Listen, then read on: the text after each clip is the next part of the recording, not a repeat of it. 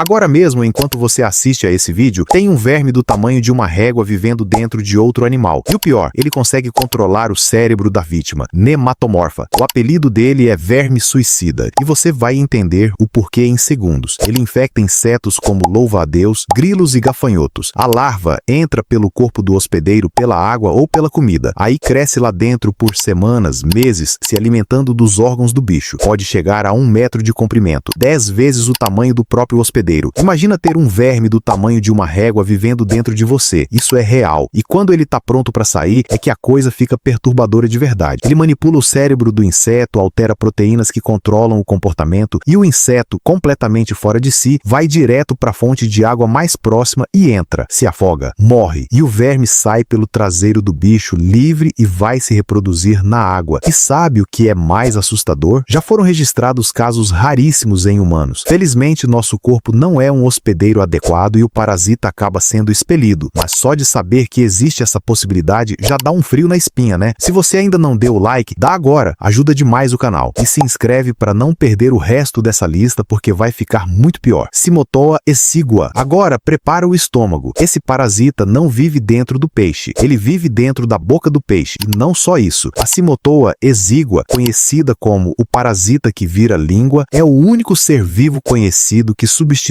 funcionalmente um órgão do hospedeiro. Isso mesmo que você leu. Ele entra pela guelra quando ainda é jovem, encontra a língua do peixe, se fixa nela com garritas e começa a sugar o sangue da base. Aos poucos, a língua perde irrigação, atrofia e cai. E o parasita ocupa o lugar dela. Se ancora no que sobrou, fica ali pelo resto da vida do peixe. E o peixe usa ele normalmente. Mastiga, come, vive com um crustáceo no lugar da língua. Tem mais um detalhe bizarro. Esse parasita muda de sexo durante a vida. Começa como macho. Se duas larvas chegam no mesmo peixe, a maior se transforma em fêmea e elas acasalam dentro da boca do hospedeiro. E o peixe sobrevive, vive normal, com tudo isso acontecendo na boca dele. A ficção científica não chega nem perto disso. Leucochloridium, esse aqui parece saído de um pesadelo psicodélico. O leucochloridium infecta caracóis terrestres e transforma os olhos deles numa espécie de discoteca ambulante. Quando entra no hospedeiro, o parasita migra direto para os tentáculos oculares do caracol, cresce lá dentro e começa a se mover. Os olhos passam a pulsar em listras verdes, amarelas e marrons, parecendo lagartas vivas se contorcendo. Por quê? Porque o ciclo de vida desse parasita precisa terminar dentro de um pássaro, e pássaro adora lagarta, mas não para aí. O caracol, que normalmente prefere lugares escuros e úmidos, começa a subir para lugares iluminados, completamente exposto. O pássaro vê aqueles olhos pulsando, ataca, arranca os tentáculos e leva o parasita junto para dentro do próprio corpo. Ali, no intestino do pássaro, o parasita finalmente completa seu ciclo. O pássaro infectado defeca, os ovos vão para o solo, outro caracol come, e o ciclo recomeça do zero. O mais perturbador, o caracol sobrevive, regenera o tentáculo e pode ser infectado de novo. A natureza não tem piedade. Saculina, esse aqui não se contenta em parasitar. Ele assume a identidade do hospedeiro. A saculina começa como uma larva minúscula. Quando encontra um caranguejo, penetra pelo exoesqueleto e injeta as próprias células dentro do corpo dele. Mas não cresce como um tumor visível. Ela cresce como uma rede de raízes que toma conta de todo o sistema interno do caranguejo. Ela castra o hospedeiro, sem reprodução, sem desenvolvimento normal. O caranguejo vira uma máquina de manter a saculina viva, e como se não bastasse, ela impede o caranguejo de trocar de carapaça. Processo essencial para o crescimento de qualquer crustáceo. O bicho fica preso na mesma casca para sempre, e se o caranguejo for macho, a coisa fica ainda mais surreal. A saculina altera os hormônios e força ele a se comportar como fêmea. O caranguejo desenvolve formato corporal feminino e começa a cuidar dos ovos da saculina como se fossem seus. Um caranguejo macho castrado, transformado em babá do próprio parasita, sem questionar, sem resistir. A natureza inventou o controle mental antes da gente sequer imaginar. Cordyceps. Esse aqui você talvez já tenha ouvido falar, e olha, a realidade é ainda mais assustadora do que qualquer série de TV conseguiu mostrar. O Cordyceps é um fungo. Isso mesmo, um fungo. Não é um verme, não é um inseto. É um fungo que infecta principalmente formigas, e o que ele faz com elas é o controle mental mais preciso já documentado na natureza. Quando os esporos do Cordyceps entram no corpo da formiga, o fungo começa a crescer por dentro, se espalhando pelos tecidos e chegando até o sistema nervoso. A partir daí, a formiga perde o controle do próprio corpo. Ela começa a se comportar de forma errática, abandona a colônia, sobe em plantas e arbustos e morde o caule com força máxima, trancando a mandíbula num espasmo definitivo, e fica ali, parada, presa, natureza. Isso não é por acaso. O Cordyceps manipula a formiga para chegar numa altura e umidade específicas, as condições perfeitas para o fungo se reproduzir. E quando a formiga morre, o fungo brota do corpo dela, literalmente cresce para fora da cabeça do hospedeiro, formando um caule que libera esporos no ar, infectando outras formigas que passam por baixo. E sabe o que é mais impressionante? As formigas da colônia conseguem reconhecer uma companheira infectada antes mesmo dos sintomas aparecerem. Quando percebem, carregam a formiga para longe, tipo quarentena instintiva. A natureza já inventou o isolamento social antes de qualquer pandemia. Existem centenas de espécies de Cordyceps, cada uma especializada num hospedeiro diferente. Um fungo que evoluiu para hackear o sistema nervoso de insetos específicos. Engenharia evolutiva no nível mais perturbador. Vespa-joia. Se o Cordyceps controla a mente, a Vespa-joia vai um passo além. Ela não mata o hospedeiro, ela o deixa vivo, consciente e completamente paralisado, como um zumbi de luxo para os filhos dela. A Vespa-joia tem um brilho metálico azul esverdeado que parece saído de um videogame. Bonita demais para algo tão sinistro. O alvo dela são baratas, insetos bem maiores que ela. O ataque tem duas fases cirúrgicas. Primeiro, ela aplica uma picada no tórax da barata, paralisando temporariamente as patas dianteiras, só para ter tempo de executar a segunda fase com calma. Aí ela finca o ferrão diretamente no cérebro da barata, em duas regiões específicas. A primeira injeção bloqueia o reflexo de fuga. A segunda reduz a vontade de se mover. O resultado é uma barata que pode andar, mas não quer. Não foge, não reage, não tenta escapar. Fica ali, dócil, como se tivesse aceitado o destino. A vespa então morde uma das antenas da barata, não para machucar, mas para guiar, e literalmente a conduz andando até o próprio buraco, como se tivesse uma coleira invisível. Dentro da toca, deposita um ovo na perna da barata, sela a entrada com pedrinhas e vai embora. A larva nasce, abre um buraco no abdômen da barata e começa a se alimentar dos órgãos internos, na ordem certa, deixando os vitais por último para manter o hospedeiro vivo o máximo possível. A barata permanece imóvel durante tudo isso, respirando, viva, enquanto é consumida por dentro. Quando a larva termina o desenvolvimento, forma um casulo dentro da carcaça e emerge como vespa adulta pelo corpo da barata. E o detalhe que vai te surpreender: pesquisadores já mapearam exatamente quais neurotransmissores a vespa bloqueia com o veneno. É tão preciso que virou objeto de estudo para a medicina, porque entender como ela desliga o instinto de fuga pode abrir portas para novos anestésicos. A natureza resolveu um problema cirúrgico complexo com um ferrão, antes da gente inventar o bisturi. Glypta pantelis. Essa aqui é documentada pela ciência e mesmo assim parece roteiro de terror. A Glypta pantelis é uma vespa parasitoide. A fêmea encontra uma lagarta viva e deposita os ovos diretamente dentro do corpo dela. As larvas crescem se alimentando dos tecidos da lagarta de dentro para fora. E a lagarta continua viva, andando, comendo, respirando, enquanto isso acontece. Quando estão prontas, as larvas furam a pele da lagarta e saem, formando casulos do lado de fora. E aí vem o detalhe que deixou os cientistas de boca aberta. A lagarta não vai embora. Ela fica parada do lado dos casulos, defendendo eles. Bate em qualquer inseto que se aproxima, inclusive vespas predadoras maiores. Vira guarda-costas das próprias criaturas que comeram ela por dentro. Eventualmente ela morre, mas só depois de garantir que os casulos estejam seguros. Os cientistas repetiram o experimento várias vezes porque simplesmente não acreditaram na primeira. Está acontecendo agora mesmo em florestas pelo mundo todo. Pentastomida. E o encerramento perfeito para essa lista. O mais visualmente perturbador de todos. O Pentastomida é tão diferente de qualquer coisa na Terra que ganhou classificação própria na zoologia. Não é verme, não é crustáceo, é um grupo isolado. E a aparência diz tudo. Uma boca grande cercada de 4 ganchos enormes de quitina, usados para se fixar nos pulmões do hospedeiro. Infecta principalmente répteis, cobras, jacarés, lagartos, mas também pode infectar humanos. A infecção acontece geralmente em quem manipula ou consome carne crua de réptil. Os sintomas são tosse persistente, dor no peito, dificuldade para respirar e, em casos graves, dano pulmonar permanente. Alguns chegam a 13 centímetros de comprimento. Imagina isso preso nos seus pulmões. Em casos mais raros, eles migram para o fígado, para os olhos ou para o cérebro. E o pior, muitos casos são descobertos por acidente em radiografias feitas por outros motivos. A pessoa vive anos com o parasita sem saber, e a remoção é cirúrgica. Não existe antibiótico. O médico precisa extrair o parasita com os 4 ganchos ainda agarrados ao tecido pulmonar. Um ser que parece de outro planeta, vivendo em silêncio aqui na Terra, e às vezes dentro de gente. Se chegou até aqui, deixa o like e me conta nos comentários qual dos 8